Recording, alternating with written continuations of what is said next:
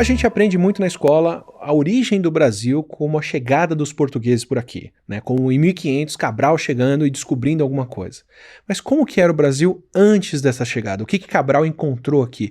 O que a gente tinha aqui no Brasil em 1499, antes da chegada do Cabral? O que a gente tinha no país? O que a gente tinha nas Américas? Quão rica era a população que tinha por aqui? Que diversidade que a gente tinha de tecnologia, de técnicas, de línguas, de animais, de plantas? E quão grande já foi a ocupação do país? O que é você navegar um rio como o Amazonas e encontrar aldeias, grupos, cidades ao longo de quilômetros ali? E por que isso tudo desapareceu ou foi desaparecido quando os portugueses chegam?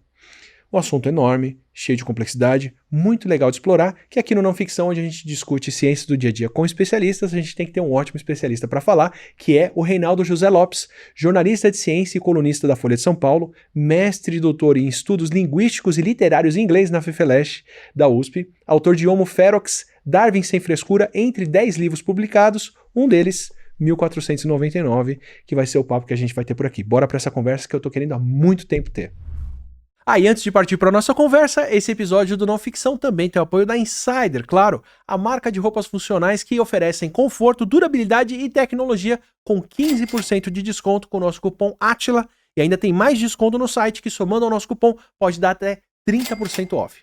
Aproveita que esse é o mês de aniversário da Insider para fazer uma escolha que poupa preocupação, porque além de ter um tecido anti-odor que dificulta o crescimento de bactérias, e aí precisa de menos lavagens, quando você tiver que lavar a sua tech t-shirt, você já sabe que ela retém a cor por bem mais lavagens do que o algodão, tanto que eles dão garantia caso a sua camiseta desbote. Ao ponto que as pessoas batem o olho na rua na minha camiseta e perguntam se é Insider porque a cor dela continua viva, eu não tô exagerando.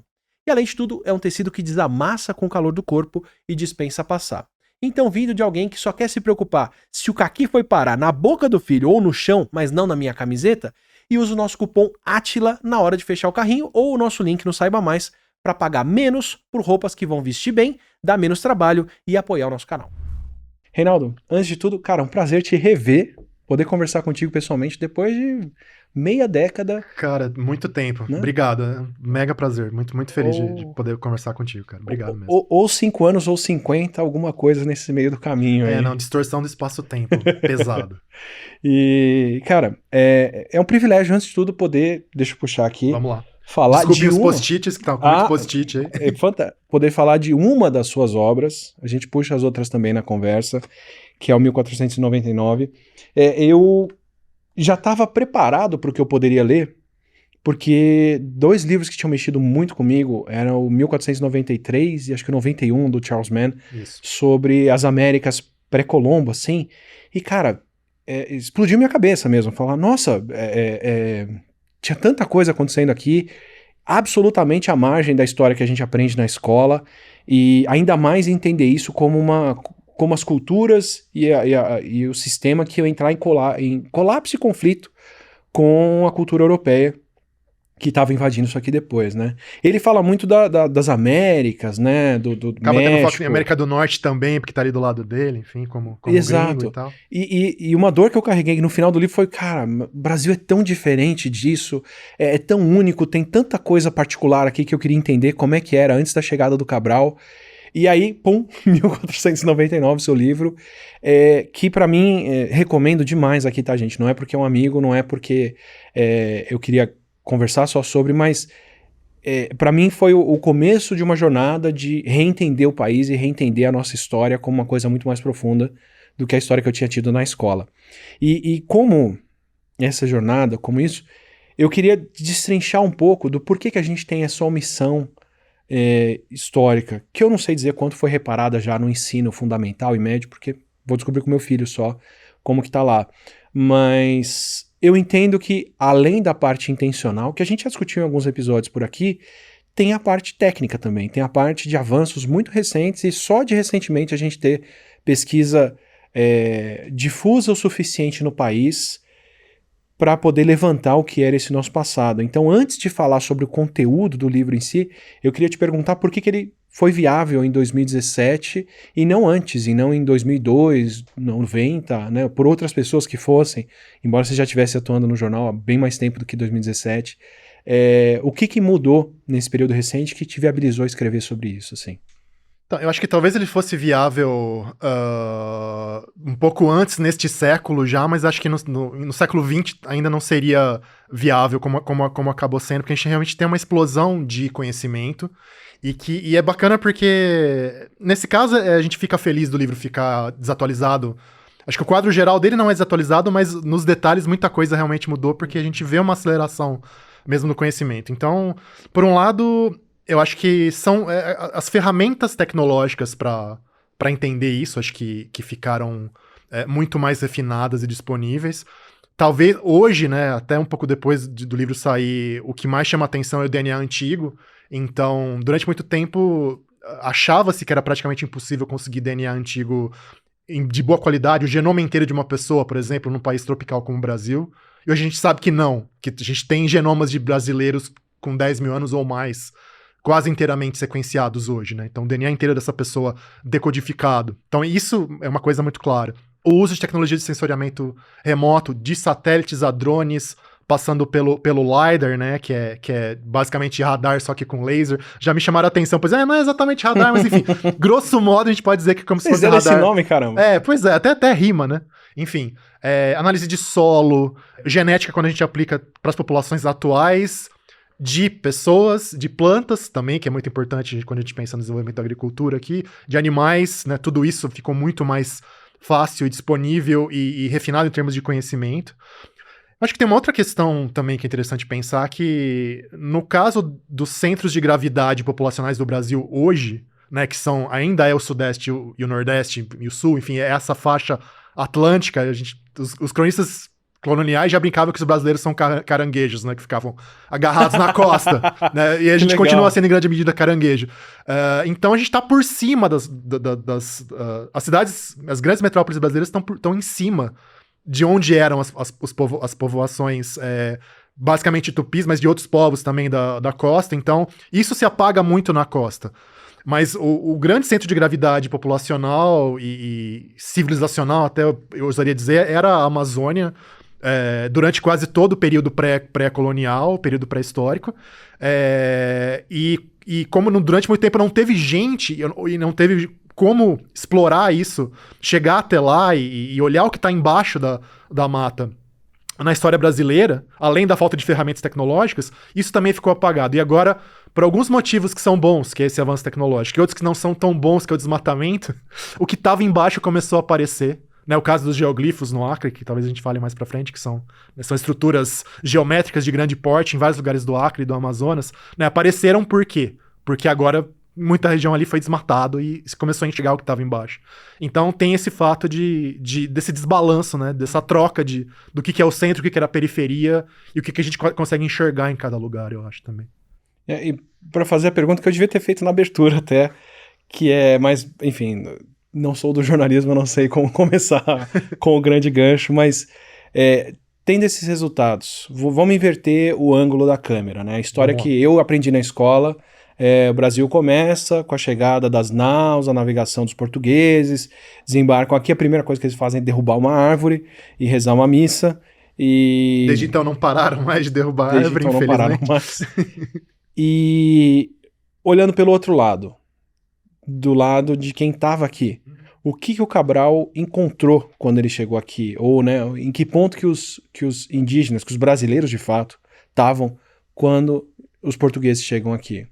Pois é, eu acho que o mais legal para essa resposta é dizer que a gente não tem uma resposta única. Isso acho que talvez é o mais importante.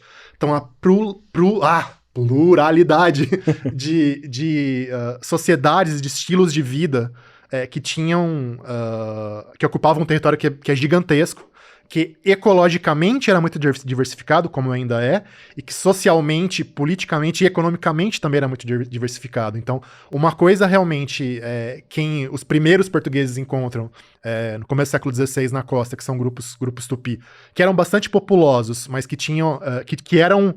Bom, primeira coisa, acho que isso é importante até eu dar esse passo atrás. Uma coisa que dá pra dizer pra quase todo mundo que tá aqui é que aquela ideia, não, os indígenas caçavam pescavam, coletavam. Às vezes na escola falam pra gente que eles também plantavam.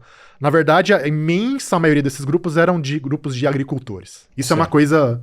E de uma agricultura, assim, vibrante, diversificada, com várias dezenas de espécies diferentes de plantas domesticadas. Animais não, a gente pode até falar isso mais pra frente, mas... Então isso é uma coisa... Eram todos os grupos de agricultores, quase todos os grupos de agricultores. Caçadores-coletores mesmo eram a grande minoria. Sim. E desculpa, se for para tomar por uma medida tecnológica, em termos de diversidade do que era cultivado, extremamente mais avançada do que a agricultura moderna, né? Sim. Esquece monocultura, esquece dependência de cereais, embora tivéssemos cereais aqui, principalmente o milho, e talvez o arroz também. Em alguns lugares da Amazônia a gente tem alguns trabalhos do Eduardo Góes Neves, lá da USP, mostrando algum tipo de domesticação de uma espécie de arroz amazônico. A mandioca, obviamente, que ainda virou talvez o principal produto e tecnologia made in Brasil que se tornou global, né? A África hoje não vive sem mandioca, assim como não vive sem milho.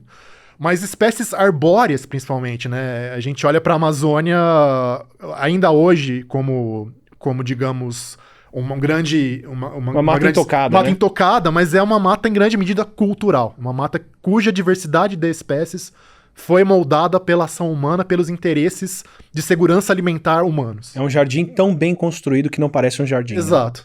Em grandes aspectos, sim. Então, os grupos, voltando então, para os grupos tupis da costa, eram grupos que aparentemente não tinham uma centralização política muito forte, que tinham um impulso guerreiro muito, muito intenso, com chefes que eram basicamente por mérito e que não deixavam esse caráter de chefia para os seus descendentes. Mas quando a gente avança para outros lugares, seja, então, digamos, na Serra Gaúcha e Catarinense, ou seja, onde hoje é Manaus, no Amazonas, ou onde hoje é Santarém, no Pará, a gente tinha... E onde hoje é o Alto Xingu, por exemplo, lá em Mato Grosso, a gente tinha coisas que eram muito próximas do que a gente chamaria de cidades, né? Então, com populações que poderiam chegar ali entre até 10 mil, talvez um pouco mais do que isso de habitantes, que é a escala basicamente de uma cidade medieval portuguesa, ou até de outros lugares da Europa e do mundo. Então, com estradas, com monumentos que poderiam ser até de pedra, se você estiver falando do Amapá, por exemplo, parecidos com Stonehenge, com organizações, então, políticas bem mais centralizadas do que a gente vê entre os tupi, com chefias hereditárias, com hierarquia de assentamentos. Então você tem cidades que são ou aldeias que são maiores, outras que são um pouco menores em subordinação, vilas pequenininhas e exploração gradativa, digamos, com gradações de intensidade entre mais intensiva em termos agrícolas para menos intensiva, com controle de recursos pesqueiros, enfim.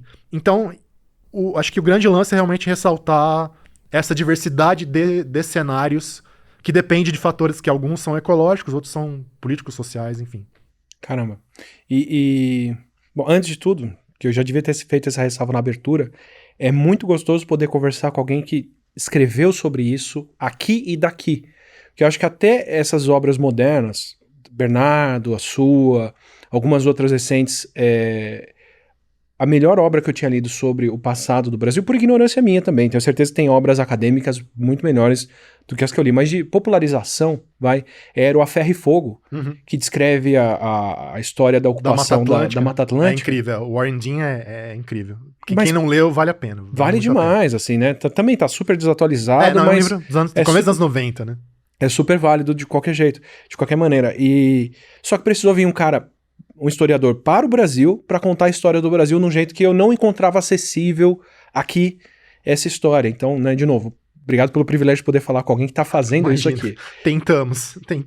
E para pegar um outro autor de fora que já falou um pouco de uma situação que tem a ver conosco aqui, outro livro que me marcou demais sobre essa mistura de história natural, história pré-histórica, biologia, geografia e outras coisas, é o Jared Diamond, que, né, no Aço, Armas e Germes, se não me engano, né? Armas, Germes e Aço. Armas, Germes e Aço. Eu sempre esqueço a ordem. Ele, acho que é um biólogo, né?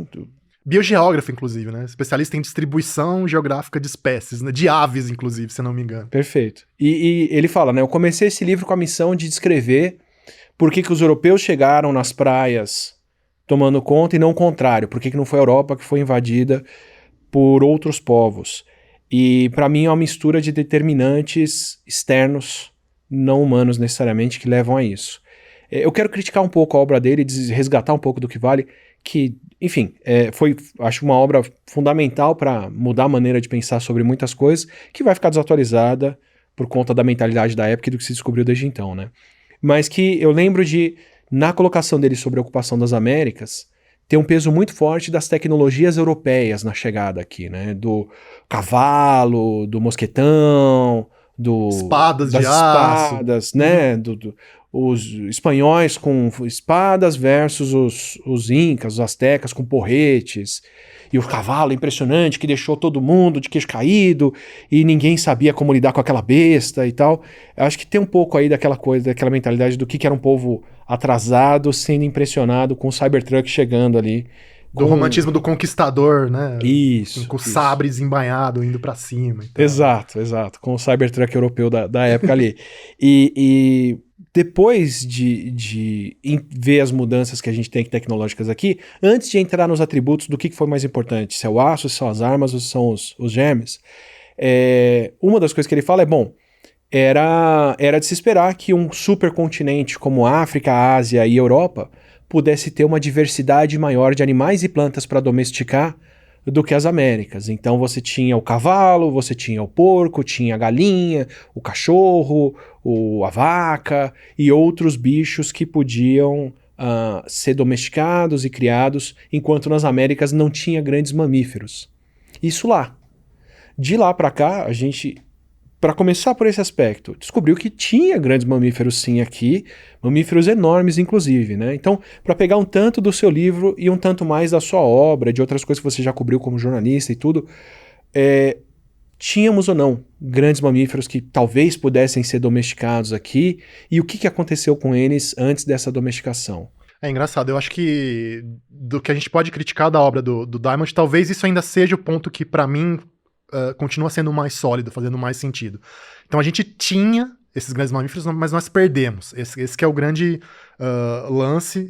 E é engraçado parar para imaginar, olhar para a região de Cerrado, seja aqui no estado de São Paulo, né, as grandes áreas abertas, de vegetação aberta do interior brasileiro até 10 mil anos atrás, pareceriam com a África em termos de presença de bichos que eram basicamente elefantes, ou muito próximos de elefantes, né? Gonfotérios, que são mastodontes.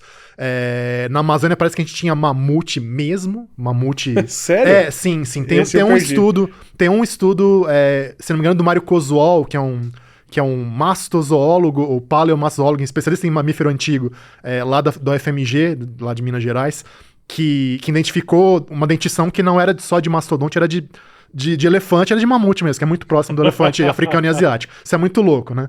Mas, enfim, preguiça gigante, que algumas do tamanho de elefantes africanos, né? A gente tinha... E coisas que aí... Preguiça ainda a gente o bicho preguiça, só que muito grande. Só que esse era terrestre, não ficava na árvore porque não cabia na árvore. Mas, assim... Aí, Toxodonte, que não é um hipopótamo nem um rinoceronte, é outra linhagem, mas parece um pouco com cada um deles. Lhama, né? Tinha lhama no Brasil inteiro, né? Que, o bicho que pra hoje é andino, mas tinha urso no Brasil, e urso bem grandinho, né? Dente de sabre. Então, essa fauna, ela era muito presente aqui, e a partir de 10 mil anos... mais ou menos 11 mil, 10 mil anos, isso certamente não foi o mesmo ritmo para todas as espécies, certamente foi multifatorial. A gente tem alguns indícios novos bem intrigantes de, por exemplo, um sítio em Mato Grosso chamado Santelina, as pessoas pegando osteodermas, que são ossinhos muito pequenos que ficavam embedados, digamos, no couro de preguiça gigante, e fazendo artefatos, fazendo contas de colar com isso. Então são raros, mas estão começando a aparecer alguns indícios de caça humana. Então, alguma contribuição da chegada dos primeiros brasileiros, primeiros americanos, para a caça aqui também no nosso território deve ter havido. A mudança climática deve ter tido um papel também. Na maioria do mundo, nesse final da Era do Gelo, a gente vê que tende a ser uma combinação dos dois fatores. E em cada lugar, acho que o peso de cada um desses fatores deve ter sido um pouquinho diferente. E acabou de sair uma pesquisa muito intrigante que eu tive o azar de tomar esse furo, não consegui cobrir antes. Uma colega minha lá do Jornal O Globo, a Ana Lúcia Azevedo, fez a matéria antes. Que é um estudo feito no Nordeste, se não me engano, pela equipe do Ismar Carvalho, do FRJ, datando, então, esses últimos restos da megafauna e uma dessas paleolhamas, dessas lhamas antigas, com 3.500 anos apenas. Cara, isso é ontem. Então, algum relicto, né? Alguma sobrinha. Assim como, curiosamente, na Sibéria sobrou mamute até 4.000 anos atrás, talvez tenha sobrado lhama no Nordeste, então, até essa data muito... Devia ser uma população pequena, enfim. Então, é um processo aparentemente gradual, que foi diferente de espécie para espécie e que teve papel humano e papel do clima. Agora, o que a gente sabe é que, número 1, realmente para as sociedades do Velho Mundo, a presença de animais domésticos, de mamíferos de grande porte, fez uma mega diferença. Sim. Aliás, a gente falou de cavalo, esqueci de falar, cavalo tinha aqui também. Mais de uma espécie, inclusive. Inclusive cavalo de 3 dedos, que imagina, é uma coisa muito engraçada, né? O Hiparion, se não me engano. O camelo veio daqui, né? Das Américas. Eu acho que sim. Da América do Norte, originalmente, aí foi tanto pra Ásia quanto desceu pra cá. Então, para essas cidades fez uma mega diferença em recurso alimentar, em couro, em transporte. Acho que transporte faz muita diferença pro deslocamento de longa distância, né? Trabalho. Pra trabalho e pra guerra, lógico. Então, esse ponto, sim, é muito importante. Mas acho que o nexo central, talvez, e que acaba sendo o fator que desequilibra o jogo, infelizmente, é o papel desses animais como bioreatores de doença infecciosa, né? Da gente ver que... ainda hoje, né... A maior parte das novas doenças humanas surgem como zoonoses, como, né, vem da fauna silvestre. No passado, aparentemente, grande parte delas veio do contato próximo com animais domésticos.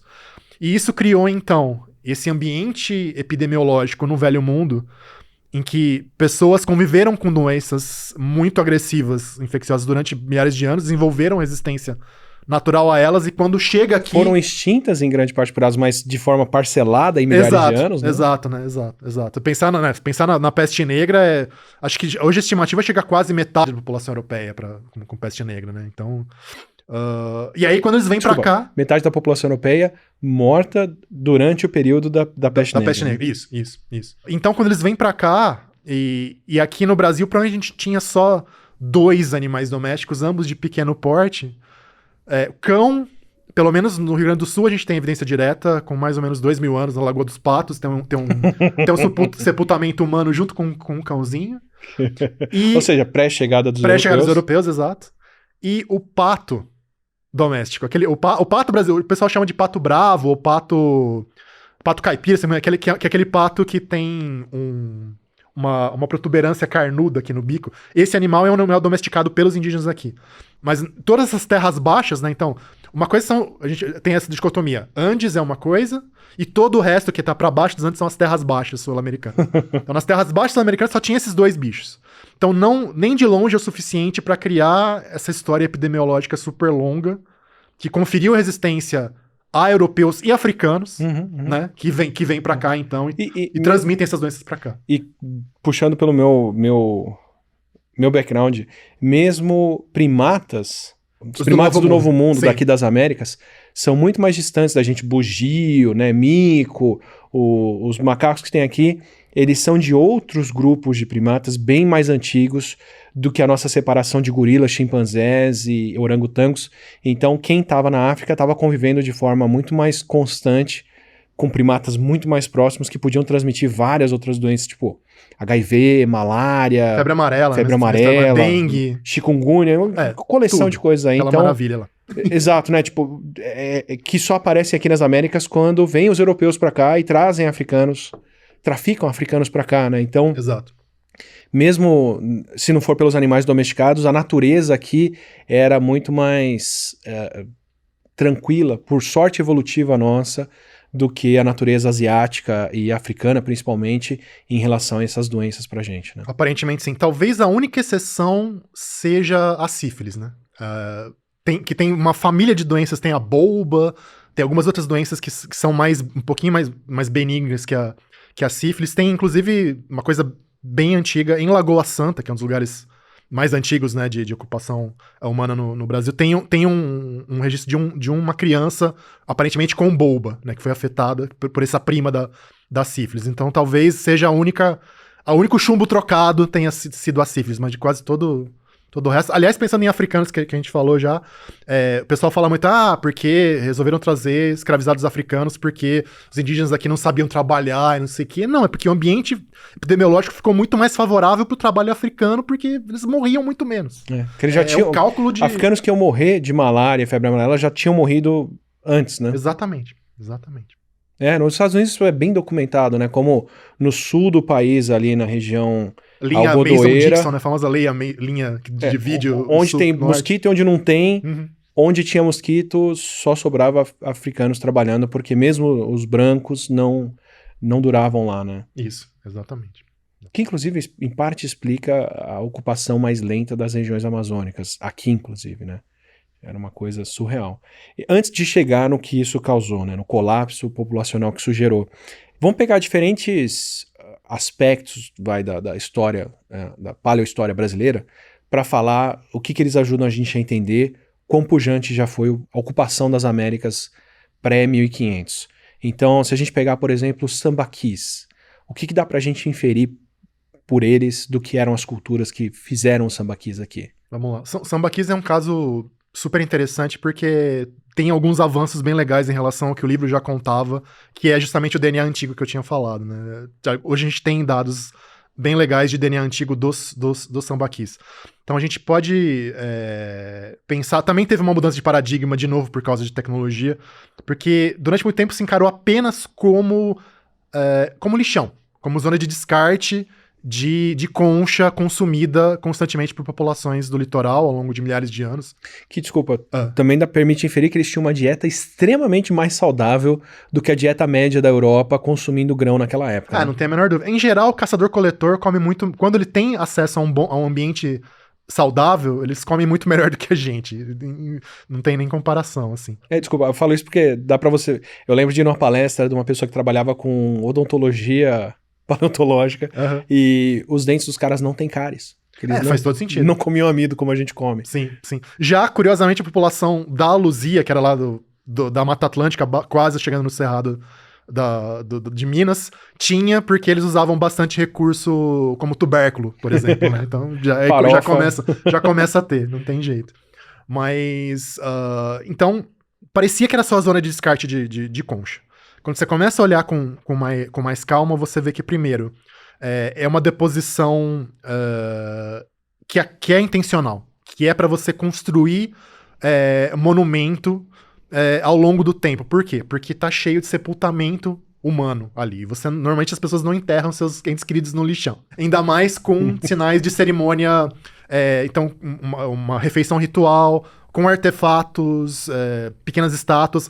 Acho que um capítulo à parte que é muito legal é a arte sambaqueira. Então, um olhar muito fino para a biodiversidade do litoral brasileiro. Então, reprodução de baleia, de golfinho, de ouriço, de invertebrado marinho em geral, tal, várias coisinhas que eram colocadas como oferenda ali. Um acúmulo que criava literalmente mols artificiais mesmo, então...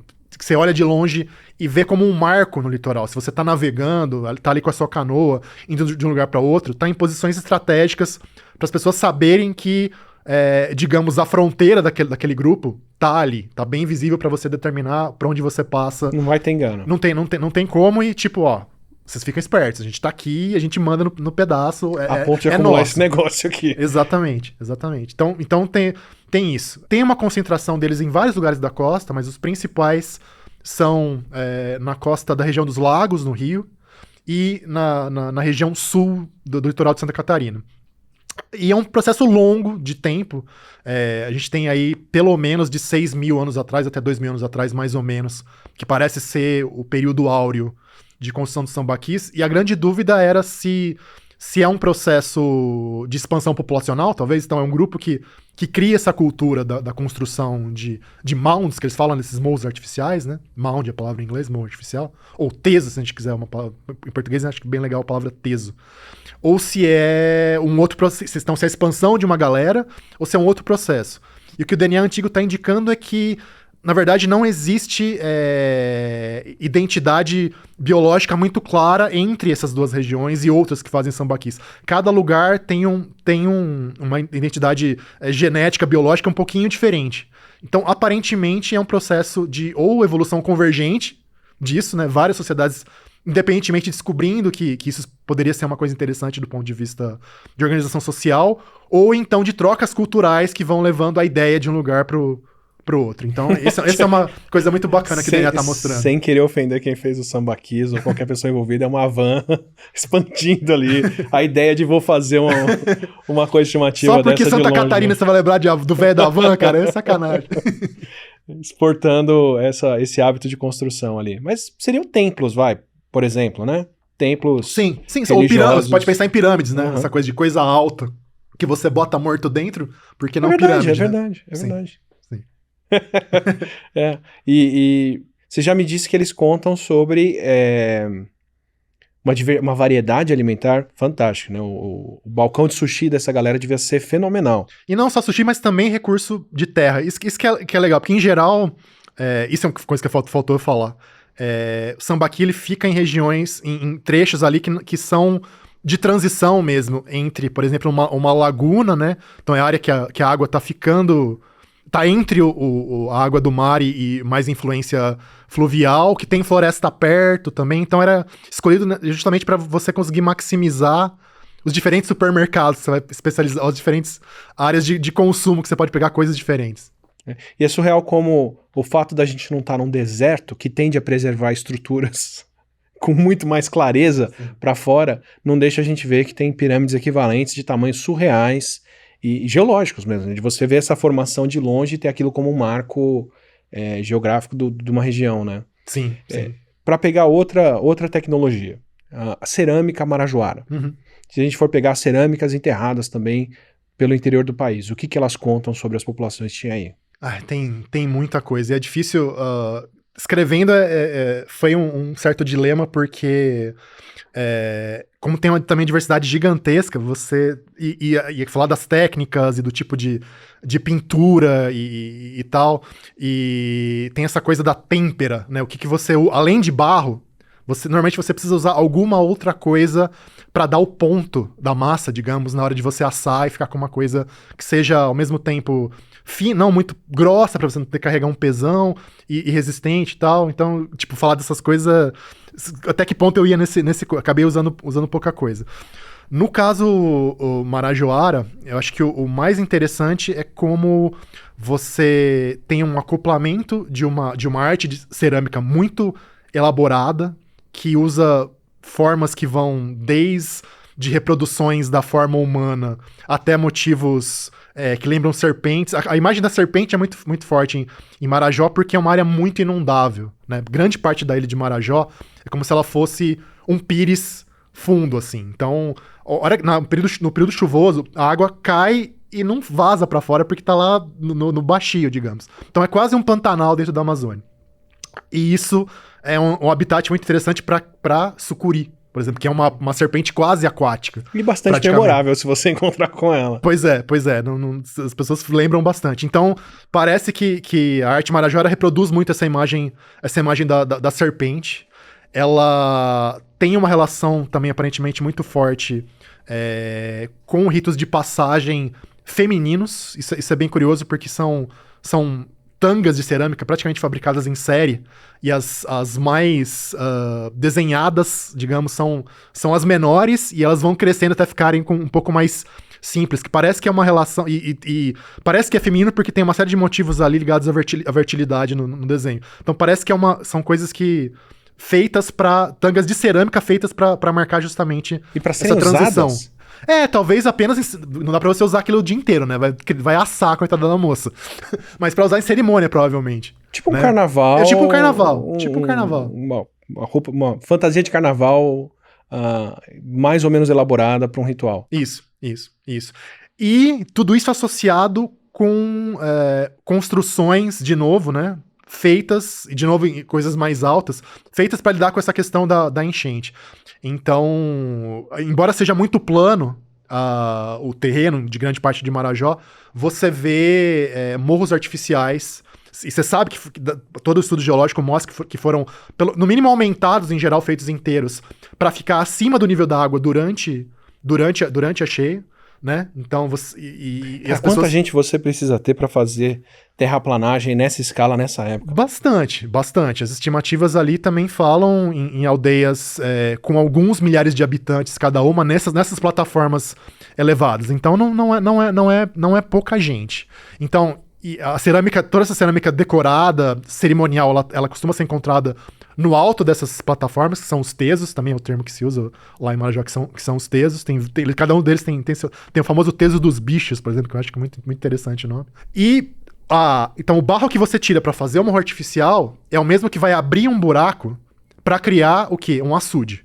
E é um açude onde a água, durante essa cheia, vai se acumular, peixes vão botar seus ovos ali, quando as águas baixam, você tem um açude artificial com já um suprimento de peixe pronto para você coletar dali a alguns meses e sempre ficar com sushi de novo. O sushi tá virando um tema desse episódio. Com sushi fácil para você recolher ali mais tarde.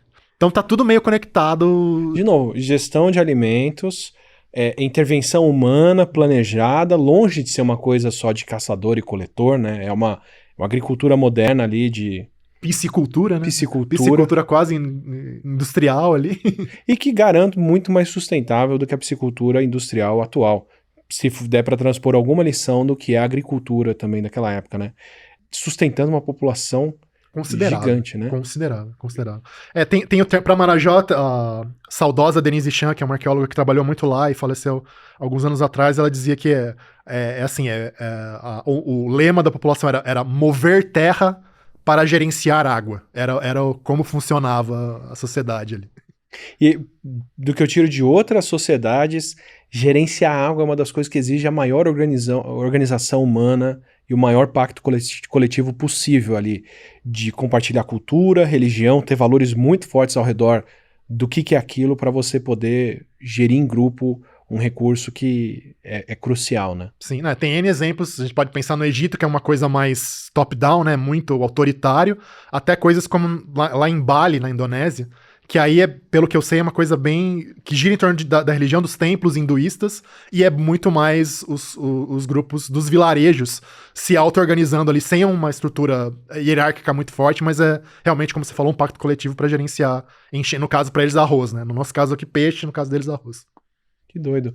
E vamos entrar no Rio, porque outra coisa que eu posso elogiar do seu livro tranquilamente, já li várias outras obras sobre a história das Américas, cada uma com o seu viés, com o seu olhar mais acadêmico, mais histórico, mais isso, aquilo, mas a primeira descrição vívida do que seria aquele período, do que seria alguém, para mim foi a navegação pelo Rio, subindo de Marajó, ou descendo, subindo, né? No caso tem descendo, tem descendo, porque tem os relatos coloniais também que os caras vieram dos Andes e atravessaram também, né?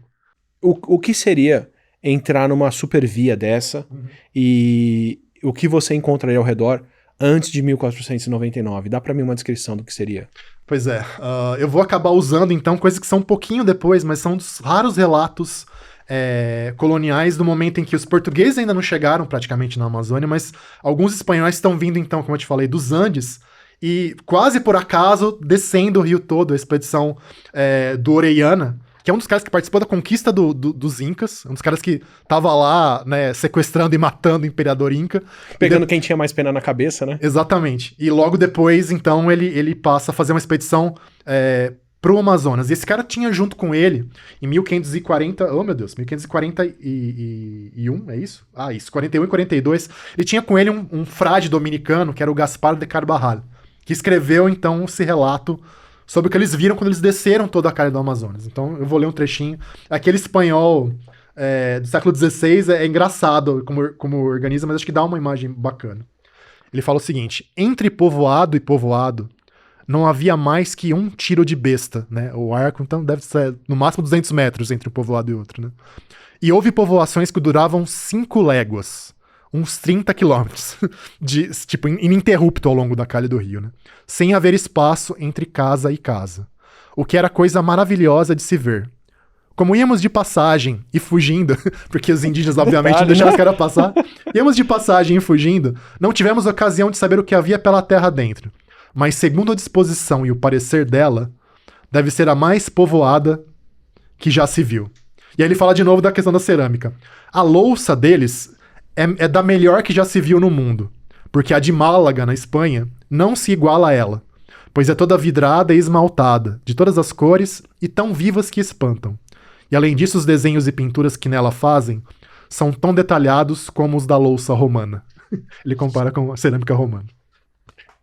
É bem legal. É de arrepiar, assim, bem legal. porque o que a gente perdeu?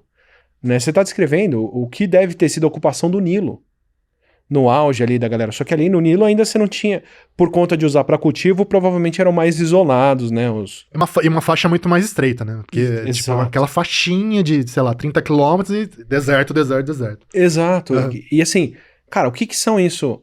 100, 200 quilômetros de rio com casa atrás de casa, povoado atrás de povoado. Não é São Paulo, São Carlos. Isso. E você vê o que tem de ocupação ao redor da estrada.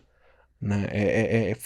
Para mim foi muito chocante ter essa noção de que, cacete, tinha tanta gente assim aqui. Né? Tem um trecho que ele fala, né, que você pode disparar uma flecha pra cima que ela vai cair na cabeça de alguém.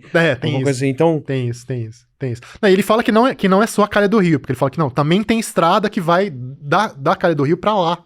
E vai durante... E realmente, de novo, os dados de satélite e de LiDAR estão mostrando que realmente também tinha muita estrada, não só perto da margem, mas também no tal do interflúvio, né? Que é essa região pra lá dos rios maiores. Então aparentemente tinha mesmo. Assim...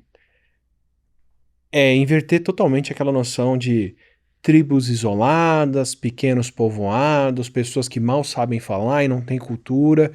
E é entender que talvez o que a gente vê de relato na escola é um pós-guerra. Aliás, pós-guerra. Pós-guerra seria... Acho que eu costumo dizer que é pós-apocalíptico mesmo. Tipo, é apocalipse zumbi e os zumbis foram os europeus, infelizmente. É triste, né? Que em grande parte nesse caso... A colonização europeia fez a invasão europeia fez um monte de bobagem, mas nesse caso a intenção não era que morresse tanta gente, porque... Quando entra epidemiologia na história, você sabe muito bem que a coisa vai que vai, não tem muito como parar. Tipo, né, chegar em Hiroshima em 1946 e falar, não, os japoneses são poucos, isolados, não se conversam, estão ali meio fracos e a gente não quer, assim, não é muito drástico o pré e o pós, assim, pra gente fazer. A ponto, esse pra mim é o maior motivo de recomendar o teu livro, que é entender o que era o pré. Quão distante ele é do pós que a gente foi viver e encontrar ali. Eu tô fazendo aquela paradinha para lembrar você de assinar o canal, assim você recebe os próximos não ficção e os próximos vídeos regulares. E para quem já se inscreveu, pense em mandar um apoio pra gente, valeu demais. Isso faz muita diferença para trazer os próximos convidados aqui. E bom, outra coisa que eu acho que é consequência desse apocalipse que aconteceu é que sobreviventes se agrupam. Né? Hoje você conversa com indígenas, todos eles falam porque nossos parentes, e tem essa noção, que eu também vejo entre negros, não por acaso, de que negros do mundo precisam se unir, precisam se reconhecer como lutando a mesma luta, o que eu acredito que não seja não quero falar nada contra isso, entendo perfeitamente de onde isso vem, acho extremamente necessário, inclusive, mas que não necessariamente descreve o que era a história de convivência entre indígenas por aqui. Você pode ter, claro, grandes grupos que trocavam, que tinham trocas culturais, que se conversavam de costa a costa, de norte a sul e tudo, mas conhecendo a história humana, acredito que principalmente entre grupos muito parecidos que conviviam proximamente, devia ser um inferno a convivência entre eles. Então, eu entendo um pacto hoje para poder sobreviver o que é o mundo moderno, em que todos são primos, todos são irmãos,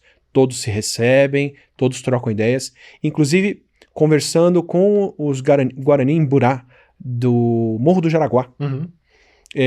Um deles, o cacique estava me falando como ele tinha um cocar, que o povo dele nunca usou cocar, mas que ele achou legal. Eles se encontraram em Brasília para algum evento, e ele viu um e falou, pô, legal, começaram a fazer. Então assim, até hoje, 2025, tem trocas de coisas que, de grupos que teoricamente já estavam aqui há milhares de anos, mas nunca tiveram a oportunidade de trazer... Integrar para a cultura dele aquilo. Integrar algumas ideias. o que me descreve um passado bem mais conflituoso e um passado onde se você usar uma coisa que aquele grupo usa, você vai morrer pelos teus amigos aqui, você não devia estar fazendo isso. Então, essa introdução longa para dizer que, embora a convivência hoje seja pacífica, não deve ter sido assim. Tem algumas tretas ou tem alguns conflitos, algumas coisas que são memoráveis da história do Brasil que também mostram essa organização política, econômica que rolava aqui? Tem sinais de conflito. Acho que é normal, né? A gente parar pra pensar. Uma coisa que eu sempre...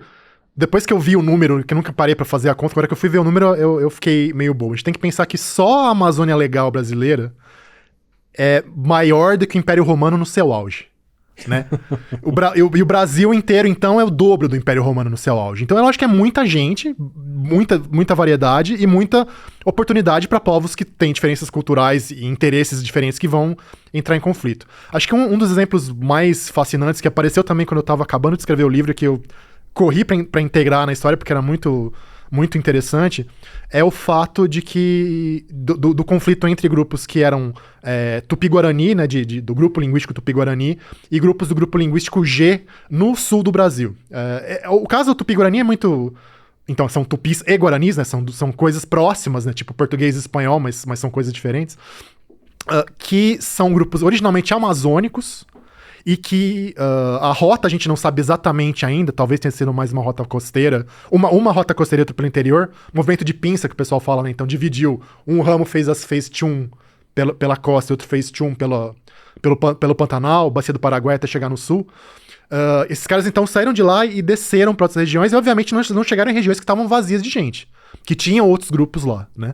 E a hora que eles chegam no sul do Brasil, principalmente em áreas como a Serra Gaúcha e Catarinense, tem esses grupos que provavelmente eram ancestrais dos atuais Caingangue e Xocleng, que eram grupos que eram agricultores e também coletores, que tinham uma cultura muito ligada ao uso das araucárias, do pinhão da araucária. E isso mais ou menos 600, no nosso calendário, ano 600, ano 900. Então, meião da Idade Média. Onde tinha muita coisa acontecendo aqui nas Américas. Sim, demais. Em vários lugares, coisas diferentes acontecendo.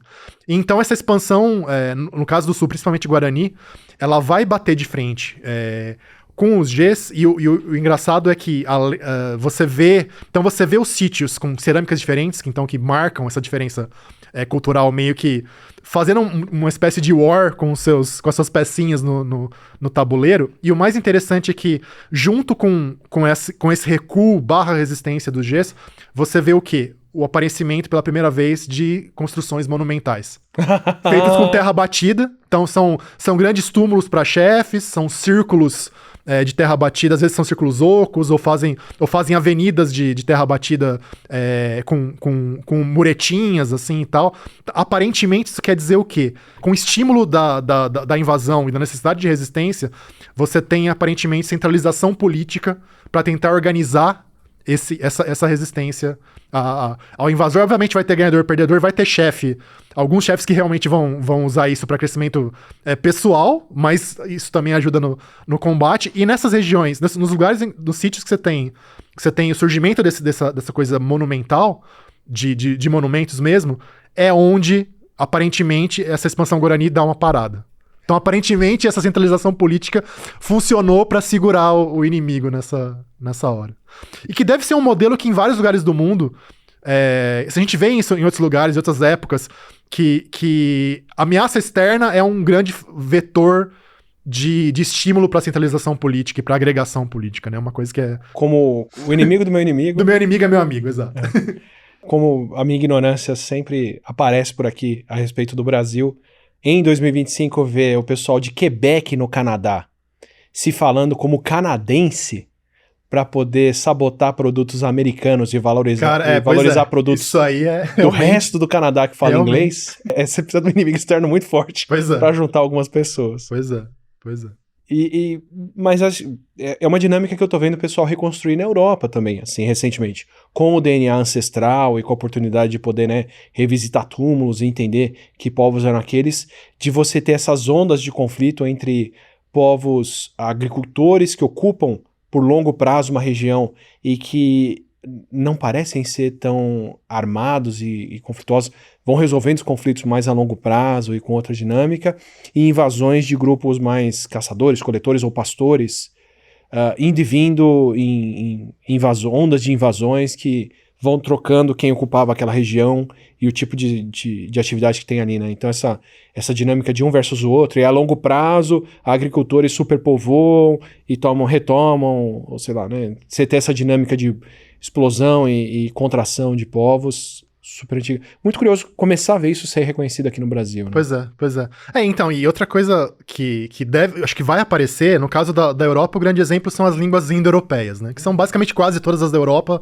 fora finlandês, estoniano, basco e húngaro. Mas todo o resto da Europa e também na Índia, quase todas, no Irã, quase todas são desse grupo indo-europeu. Parece que foi esse processo, então, de uma expansão de um grupo que se torna preponderante em parte biologicamente, em parte culturalmente, e a partir daí todas as línguas passam a descender e culturas passam a descender desse grupo. Aqui a gente também tem coisas que parecem expansões linguísticas.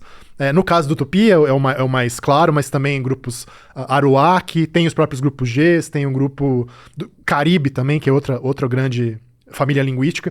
E o porquê disso, no caso da Europa, no caso dos indo-europeus, durante muito tempo se falou no cavalo, né?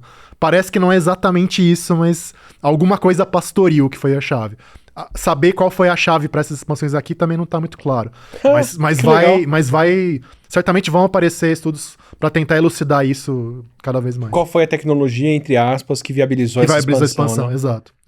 Que pode ser uma tecnologia cultural, pode ser uma tecnologia biológica dessas, agrícola. Pode ser muita coisa. Pode ser Legal. muita coisa. E para quem quiser acompanhar a ocupação mais antiga ainda das Américas, a dinâmica de chegada, rota de entrada e como é que foi por aqui, tem a conversa com o Bernardo Esteves. Para quem quiser acompanhar as muitas línguas faladas no Brasil até hoje e o que a gente pode ter perdido de línguas aqui, que é um processo surreal, tem a conversa com a Bruna Franqueto também, que são 2 episódios bem legais, 2 conversas muito boas de ter por aqui. E, bom, ok, então chegamos nesse ponto do que dá para manter ou atualizar a respeito da conversa do Diamond de, né, cultura, tecnologias e outras coisas que apareceram ou desapareceram aqui, que entraram em conflito ou não. Pode ter coisa que já desapareceu antes, pode ter coisa que entrou em conflito, e acho que entra um conceito muito forte, esse do crédito total, ele, pelo menos de onde eu aprendi isso, que é a noção de que você depende de uma massa crítica de pessoas, principalmente pré-escrita, para poder segurar certos tipos de conhecimento, né? Então, vai ser só em ambientes urbanos ou ambientes densos, ou acima de um limiar de não sei quantas mil pessoas, que você vai conseguir ter gente suficiente para manter conhecimento sobre tecnologias específicas ou muito elaboradas, ou como fazer o concreto, ou como fazer outras coisas, né? E que se você por algum motivo tem um colapso populacional, esse conhecimento também se perde e às vezes se perde para sempre, né? Então, colapso romano, por exemplo, sumiu com uma série de coisas que até hoje a gente não sabe reconhecer que tinha e quando reconhece não sabe como é que faziam, né? Porque você perde a cultura humana coletiva capaz de manter isso. O que me explica muito mais por que a gente teve essas perdas históricas, né?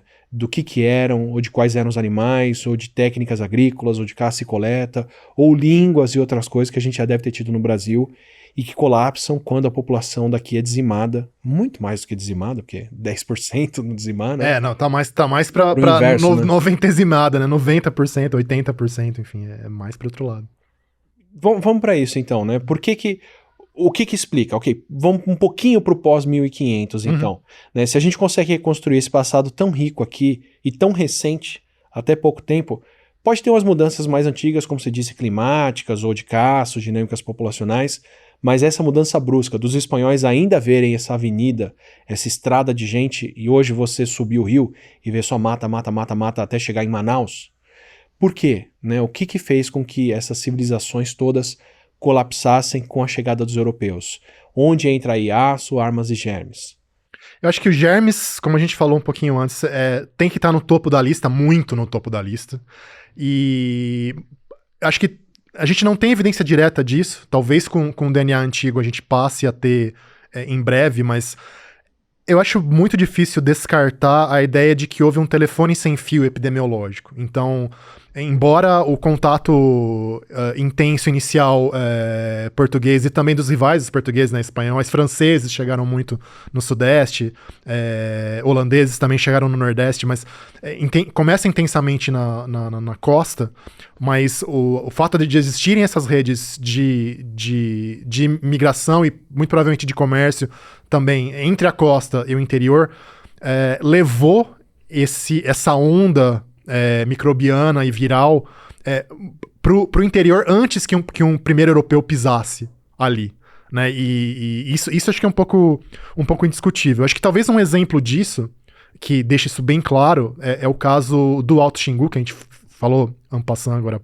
algum tempo atrás, que ele não é um caso em que tem um ataque direto logo cedo, né? Se não me engano, os primeiros contatos diretos do colonizador com a região são do século XVIII, então bem tardios, final do século XVIII talvez, mas que era um lugar que tinha aldeias também muito grandes, com tudo aquilo que a gente falou até agora, com monumento, com estrada, com Diabo A4, mas que com um grupo, com uma organização multiétnica, então vários povos de diferentes grupos linguísticos aparentemente convivendo de boa em termos políticos e tal, mas que então eles continuam lá, só que o negócio encolhe.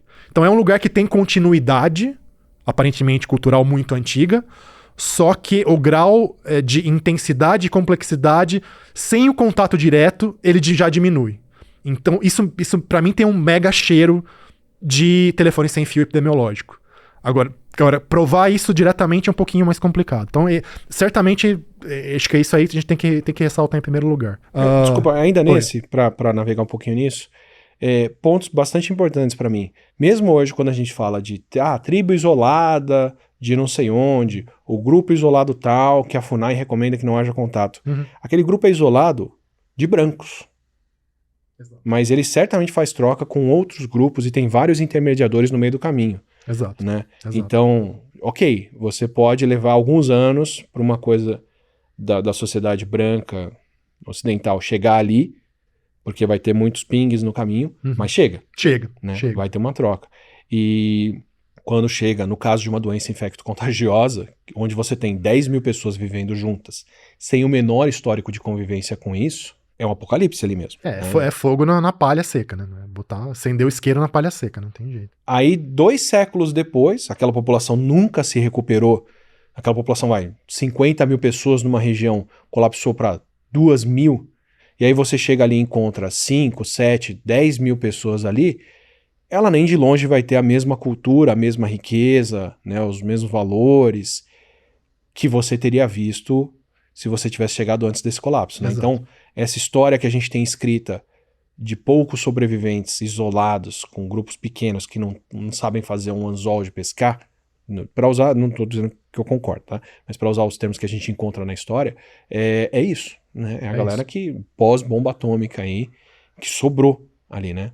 E por que eu estou querendo trazer isso à parte? Porque eu vi isso acontecer na pandemia. Intencionalmente. Tá? Quando a gente tem... convido vocês a voltarem nas notícias. Vou ter uma conversa com a Denise aqui sobre isso, que é da saúde pública e que registrou e documentou as leis que foram passadas ou vetadas durante a pandemia pelo governo brasileiro, que em 2020 proibia o envio de sabonete e água potável para grupos indígenas isolados. Proibia, por lei, tá? Vocês podem procurar, não tô tirando nada do bolso aqui não. Que promoveu contato e catequização em grupos evangélicos indo visitar grupos indígenas isolados em meio a uma pandemia. E por que eu acho isso particularmente nocivo? E já conversei com pessoas que faziam atendimento em saúde em comunidades ribeirinhas, falando que não, Átila, a instrução dos caras era essa mesmo. Falar para os indígenas que vacina leva a sua alma, que vacina não te deixa ir para o paraíso.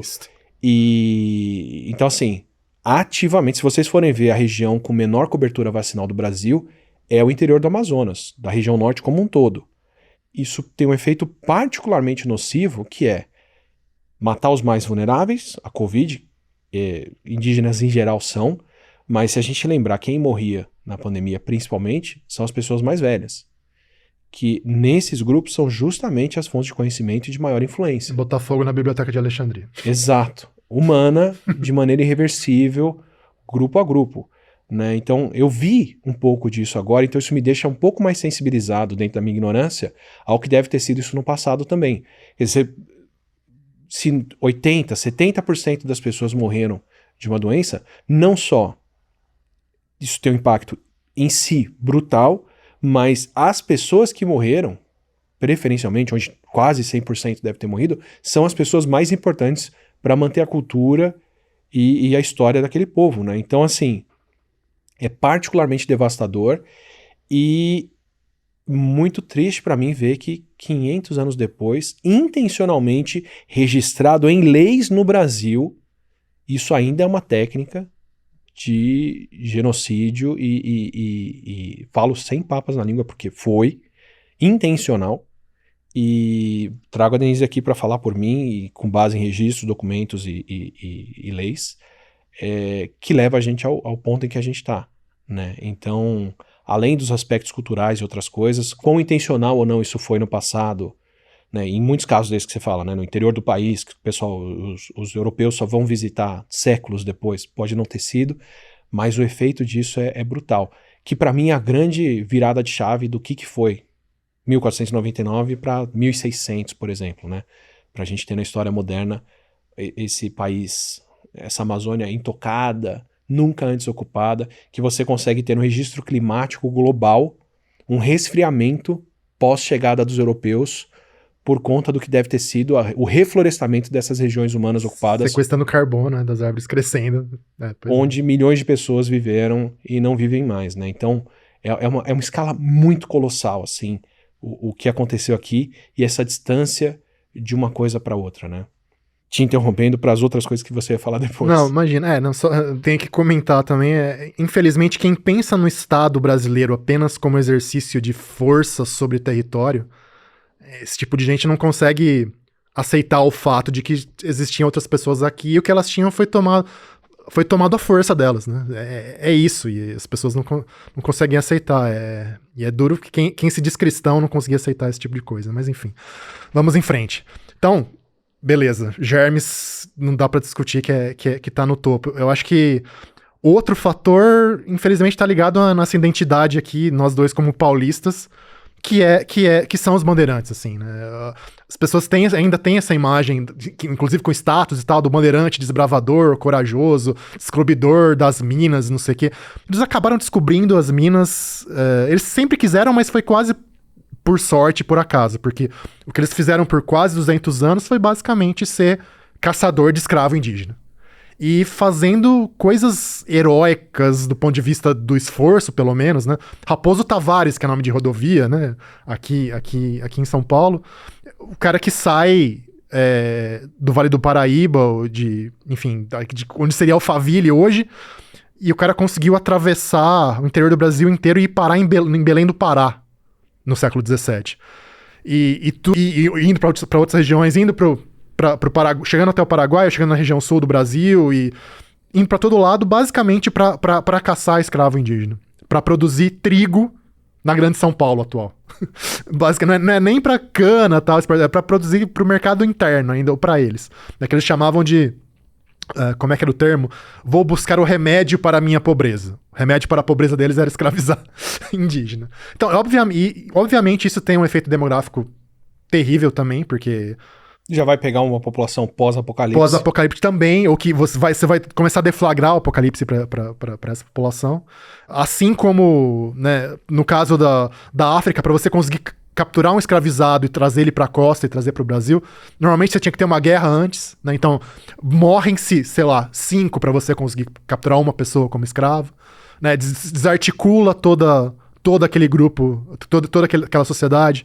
Ou no caso também dos religiosos, tem os chamados descimentos, né? Que é você tentar pegar uma tribo que está afastada e trazer para mais perto do núcleo de povoação português e criar uma nova aldeia, na qual você mistura grupos diferentes, que falam línguas diferentes, que têm suas tretas, às vezes, entre si, todos próximos fisicamente e próximos fisicamente dos dos europeus, né? Então facilita de novo toda a mistura epidemiológica. Então não é nem que são, tudo bem, é o aço, é a pólvora que ajuda a fazer tudo isso, mas acho que a estrutura do Estado português para querer ter um domínio territorial e sobre os indivíduos é que acaba fazendo essa diferença e causando ainda mais desastre do que apenas os germes. Tem alguns... Quando a gente ouve essas histórias, tem algumas coisas em São Paulo que me marcam, assim, como particularmente cruéis. Tipo, você tem uma Avenida Bandeirantes que cruza ruas com nomes de grupos indígenas, assim. Cara, nunca tinha me caído essa ficha, meu Deus do céu. Sabe? É muito sal na ferida, assim. Pois é. Sem falar nas estradas e nas outras coisas, né? O que elas simbolizam. Mas é voltar e rever a história com outros olhares também, né? E o mais maluco, tem um livro, vamos já começar a recomendar livros, depois a gente vai falar mais, mas tem um livro que é um clássico, é dos anos 80, mas ainda continua muito atual, de um historiador da Unicamp já falecido, que é o John Monteiro, que se chama Negros da Terra. Negros da Terra era justamente o termo usado para os indígenas. Tem os negros da África e tem os negros da Terra, que são os indígenas. Que da conversa com a Inaê, que eu não sei, na nossa linha do tempo aqui do não ficção, qual conversa entrou primeiro, mas na conversa com ela, a gente discutiu justamente como eles deixam de ser chamados de negros quando eles deixam de ser escravizados. Então, não pode mais escravizar essa galera, melhor não chamar mais de negro, porque negro é só quem a gente vai escravizar. Pois é, e o bizarro é que, assim, tem essa terminologia na época, as leis da coroa portuguesa, a rigor, não permitem essa escravização. Elas só legitimam essa escravização se for em guerra justa. Então, uma tribo que atacou o grupo português, aí você pode, supostamente, ter escravo. Ela coloca também como infiéis, né? Porque tiveram a chance de se converter também e não tem se isso. Converteram. E aqui eram pagãos e ainda não estavam convertidos, né? Também tem isso. Então, não podia, e nos testamentos dos bandeirantes, eles falam... Tenho de meu serviço o negro da terra tal, que é forro, quer dizer, ele é livre, só que está a meu serviço pelo costume da terra, não sei o que, e peço, então é o testamento, muitas vezes em testamento os caras libertavam os escravos, mas nesse caso ele não liberta, fala, peço que continue a servir a meus filhos e que os meus filhos os tratem muito bem, isso aqui. Então o cara sabe que ele tá contra a legislação, e ele registra em testamento que ele tá fazendo um negócio contra a legislação, mas ainda assim não muda nada, né? Bom, para quem quiser ver a consequência genética disso, como olhando para o DNA moderno dos brasileiros, o meu inclusive, dá para a gente reconstruir a violência que foi essa convivência e quão unilateral foi a relação. Demais. Tem a conversa com a Tabitha Hunemeyer, onde ela discute justamente, né, olhando para o DNA dos brasileiros hoje, por que você não encontra mais material genético masculino de indígenas e de africanos aqui, e só feminino, e qual é a implicação sistemática dessa história, né? Deixa a conversa para você ver a conclusão que ela dá. A Tabitha é citada aqui no livro também, né? O trabalho dela é fantástico, muito legal. Cara, são tempos... Tem a parte trágica da gente estar vendo só a consequência disso, mas acho muito motivador e muito bom poder estar conversando com as pessoas que estão revelando isso e poder finalmente afirmar com múltiplas fontes de evidência o quanto que a nossa história foi apagada, né? Por bem e por mal da coisa aí, né? Já entrando no resultado da obra ali como um todo, tendo escrito o livro, como que você sente isso? Quanto é desconhecimento, quanto é omissão ou quanto é intencional desse nosso passado? Quão difícil você achou encontrar fatos que contradizem a história básica que a gente recebe na escola? E como jornalista, como que você vê a tendência moderna de apagamento dessa história de novo, agora por políticas intencionais? Hoje eu posso falar que são intencionais tranquilamente, que a gente está vendo elas acontecerem. Sem a menor dúvida. Né? Então, o que está no seu livro, o que não está nos livros de história, por que não está? E desculpa, é muito libertador poder perguntar isso para alguém que está indo atrás da história documentada e não inventando um passado diferente para o país. Mas por que a história que de fato aconteceu, que a gente tem registrado documentada, não foi contada assim ou não é contada assim? Acho que é uma mistura de tudo, como a gente falou antes. Tem a questão realmente de ter as ferramentas para enxergar que a gente não tinha antes. Agora, sem a menor dúvida, o interesse de apagar isso, ele sempre existiu em toda a história colonial, imperial e republicana. do Brasil, com desculpas menos ou mais piores ou não tão ruins. A gente tem...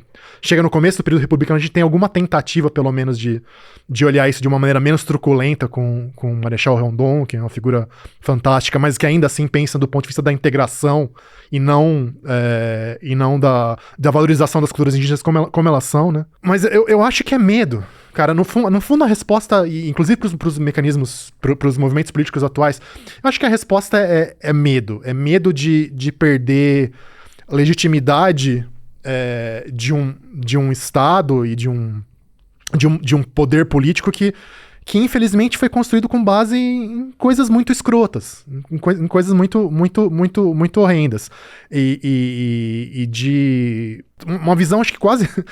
Olha, eu citando psicanálise, mas uma coisa quase freudiana de que, se eu acabar com a imagem do papai, né, que o papai é esse antepassado glorioso do Estado brasileiro, né, é a monarquia portuguesa, né, são os grandes militares brasileiros e tal. Se eu solapar essa imagem, as pessoas vão parar de acreditar na validade de ser brasileiro.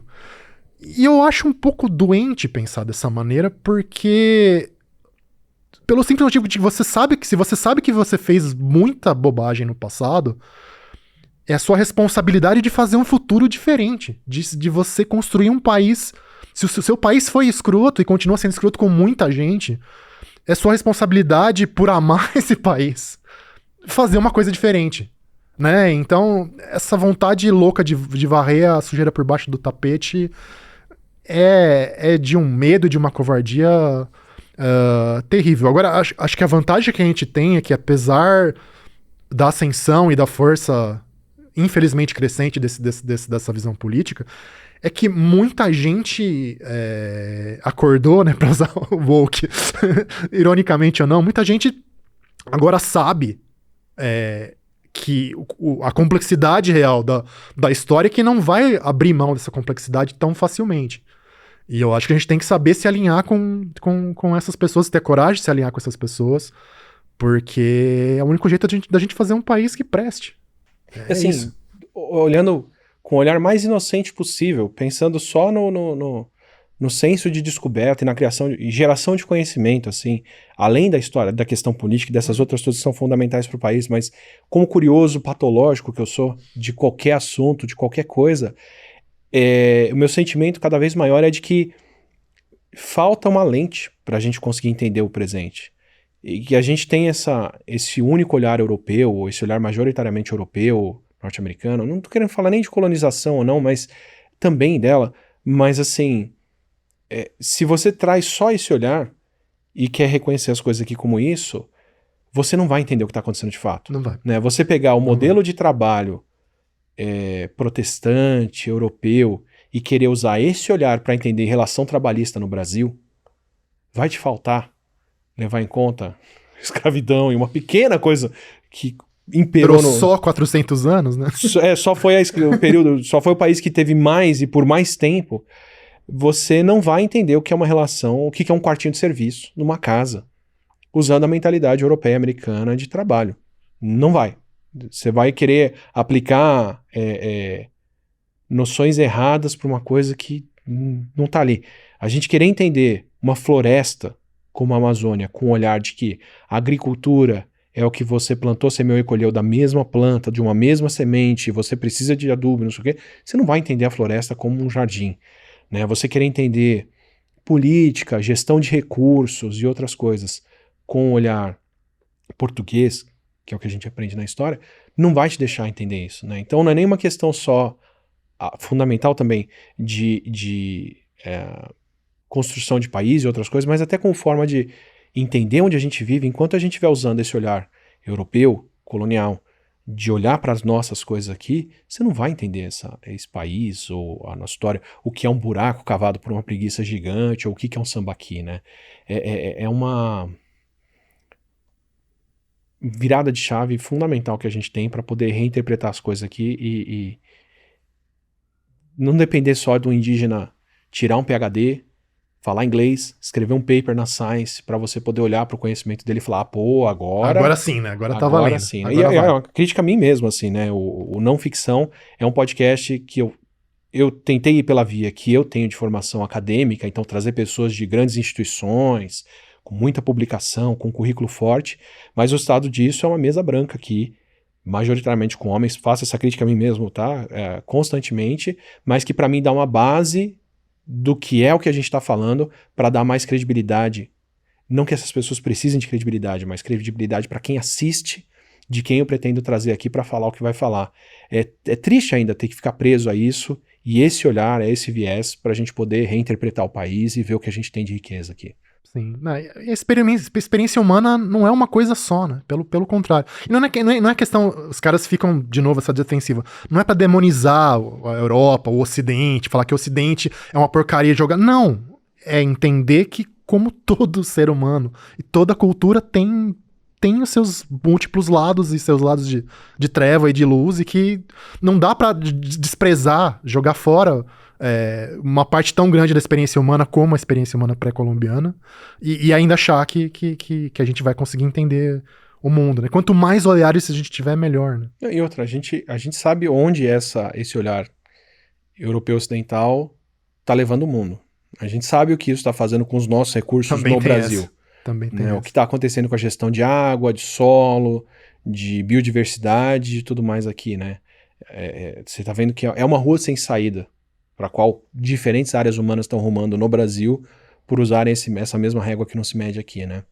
E para quem quiser mudar o olhar dessa forma, entender um pouco mais, para quem perdeu o medo e está disposto a ouvir o que foi a história do Brasil de fato, ou o que a gente perde da história do Brasil quando não tem esse olhar, o que você me recomenda? Onde estão suas obras? O que você tem escrito? O que mais você produz? Ou que outras obras de outras pessoas você recomenda para a gente olhar para o passado do Brasil e para o que você faz? Bom, além do Negros da Terra, que aí já é um pouquinho a coisa já pós-colonial do João Monteiro, tem uma edição nova, recente do livro, que é muito bacana ver. Acho que ajuda bastante a entender essa coisa pós-contato, em especial aqui no Sudeste e em São Paulo. O seu outro entrevistado, convidado Bernardo Esteves, com Admirável Novo Mundo, também é muito, muito bacana. E ajuda, acho que também é legal por entender como é que a compreensão desse passado profundo aqui, pelos próprios arqueólogos, influenciados pelos modelos europeus, americanos, também foi um pouco atrasado por essa visão. E acho que para entender o pensamento indígena de maneira geral, além dos livros do Ailton Krenak, acho que são obrigatórios para muita gente, eu recomendaria muito os livros do Eduardo Viveiros de Castro. Tem um livro chamado Metafísicas Canibais. O título é muito bacana. Que a gente falou muito de complexidade física, econômica, tipo, construir coisas, né, plantar coisas. Mas tem todo esse universo da mente das culturas indígenas, da sofisticação, inclusive filosófica. Tem um ensaio, eu acho que é sobre o idioma Yawalapiti, que é um idioma aroaque do Alto Xingu, que ele compara basicamente com a lógica do platonismo, o lado do Platão, assim. Ele fala de platonismo indígena em algum sentido. Então, ver esse aspecto de como é que a interação entre língua, cultura e lógica do pensamento se manifesta nas culturas indígenas do Brasil é bem legal, bem legal. Sobre essa mudança de mentalidade, ainda acho muito legal.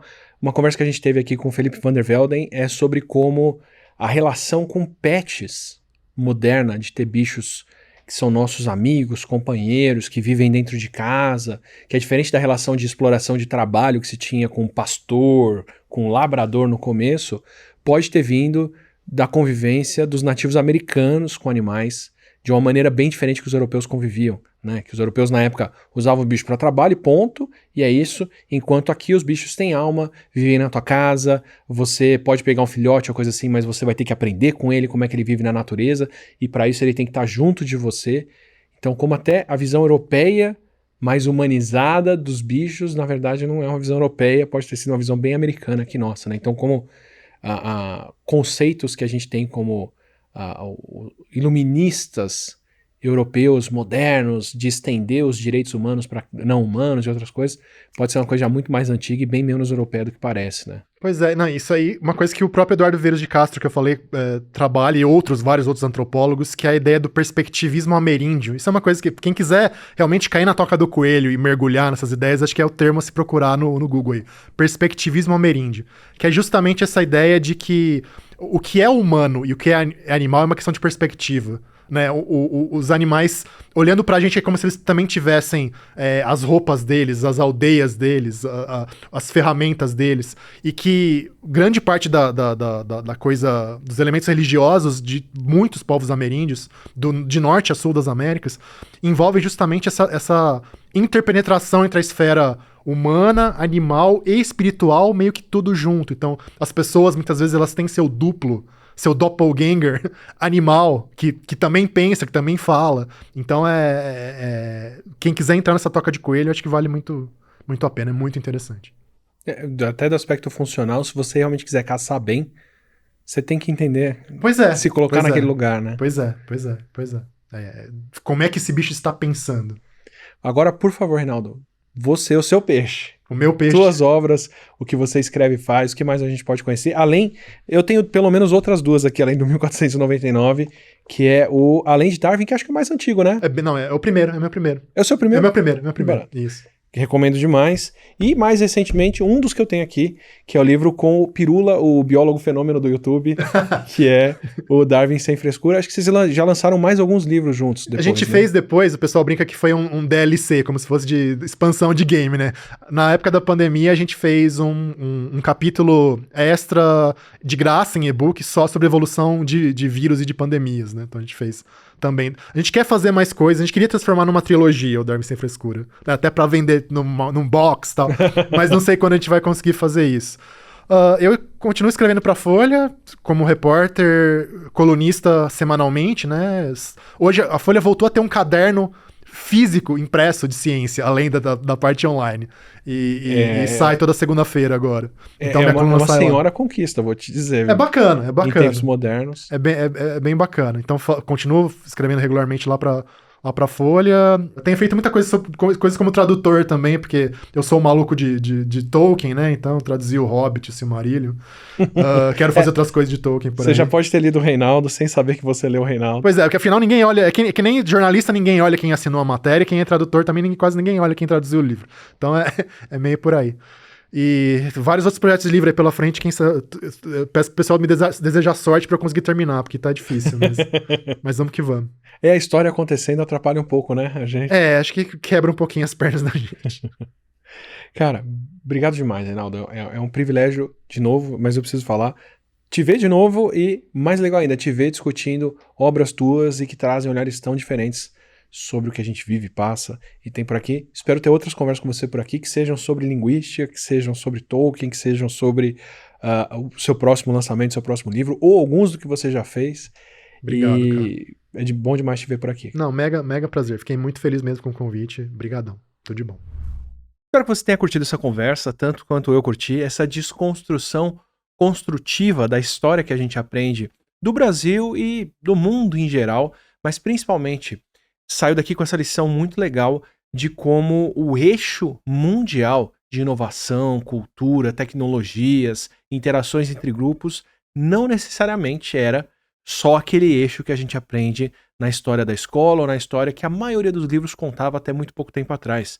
Acho muito legal a gente entender quanto que a Amazônia brasileira em particular e o Brasil como um todo era riquíssima em línguas, culturas, tecnologias, animais e outras coisas antes da chegada e da invasão dos europeus por aqui.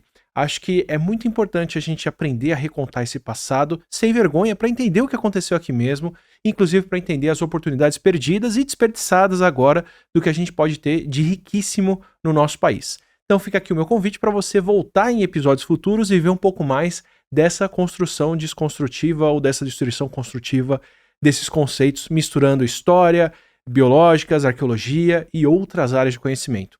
Fica de novo a minha recomendação do livro do Reinaldo, o 1499, que foi muito importante, em particular para mim, para fazer esse repensar da nossa história. E fica o meu pedido de sugestão de nomes que vocês tiverem para quem mais a gente pode chamar aqui para ter essas conversas. Se você quer conferir esses próximos vídeos e essas conversas que vão acontecer por aqui, aproveita, se inscreve no nosso canal, assim você recebe tanto o não ficção quanto os vídeos regulares que a gente faz. Qualquer um deles, você vai ver que a gente está sempre buscando esse toque de misturar as coisas para entender o mundo. A gente se vê numa próxima conversa.